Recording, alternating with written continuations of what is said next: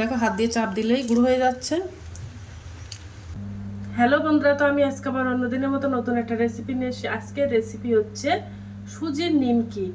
তো এই সুজির নিমকিটা একদম ঘরোয়াভাবে কম উপকরণ দিয়েই আজকে বানাবো। তোমরা শেষ পর্যন্ত ভিডিওটা দেখতে থাকো। তো চলো রেসিপিটা শুরু করি।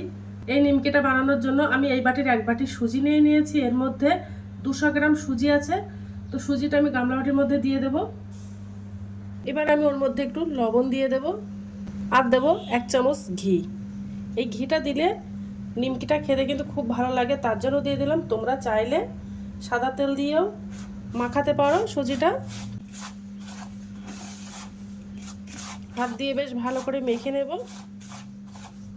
তো মেখে নিয়েছি, এবার আমি জল দিয়ে সুজিটা মেখে নেব।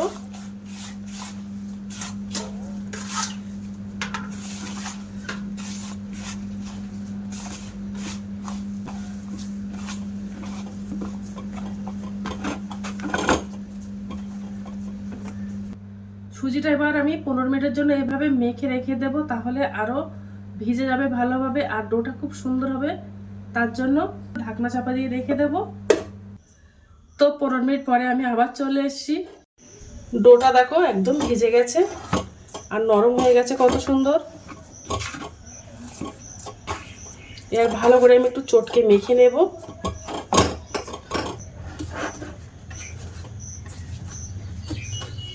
এইভাবে বাড়িতে নিমকিটা বানালে বাজার থেকে আর কেনার কোনো প্রয়োজন নেই। বয়ম ভর্তি করে রেখে দিলে যখনই মন চাইবে তখনই খেতে পারবে। ভালো করে ডোটা আমি মেখে নিয়েছি। এবার আমি ডোটা দুটো ভাগে ভাগ করে নেব।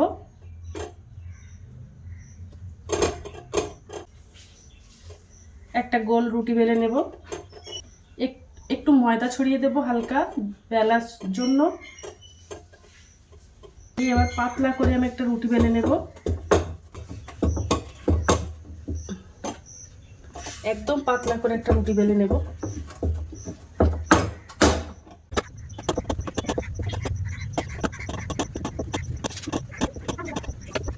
দেখো বড় আমি একটা পাতলা রুটি বেলে নিয়েছি, আর একটা পাতলা রুটি বেলে নেব একই মাপে। রুটিটা যত পাতলা হবে নিমকিগুলো কিন্তু তত কিন্তু সুন্দর হবে। তো পাতলা করে একদম রুটি বেলে নেব। একদম পাতলা করে দুটো রুটি বেলে নিয়েছি। এবার রুটি দুটো আমি একসঙ্গে করে নেব। তো রুটি দুটো আমি একসঙ্গে জুড়ে দেব।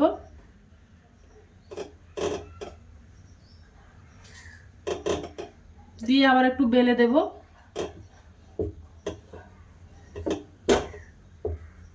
এবার আমি একটা ছুরি নিয়ে নিলাম। ছুরিটা দিয়ে এবার আমি পিস পিস করে নিমকির সাইজে কেটে নেব। এবার সাইড থেকে কেটে দেব, কেটে চৌকো চৌকো করে নেব।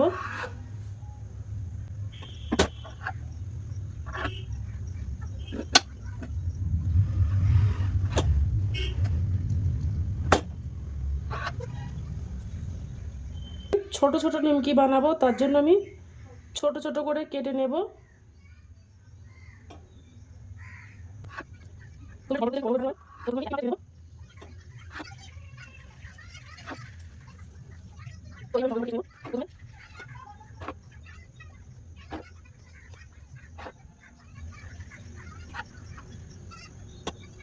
দেখো প্রথমে আমি লম্বা লম্বা করে সব কেটে নিয়েছি। এইভাবে কোনান কোনান ভাবে কেটে নেব, তাহলে নিমকির শেপে হয়ে যাবে।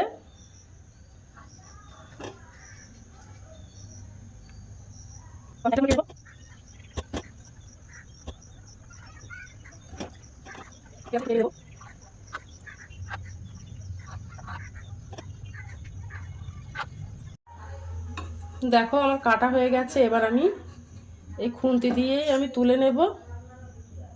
এবার আমি নিমকিগুলো সব ভাজা করে নেব। দেখো উনানে আমি একটা কড়াই দিয়ে দিয়েছি। নিমকিগুলো সব দেখো খুন্তি দিয়ে আমি তুলে নেব। নিয়ে এবার দিয়ে দেব, তেলের মধ্যে দিয়ে দেব।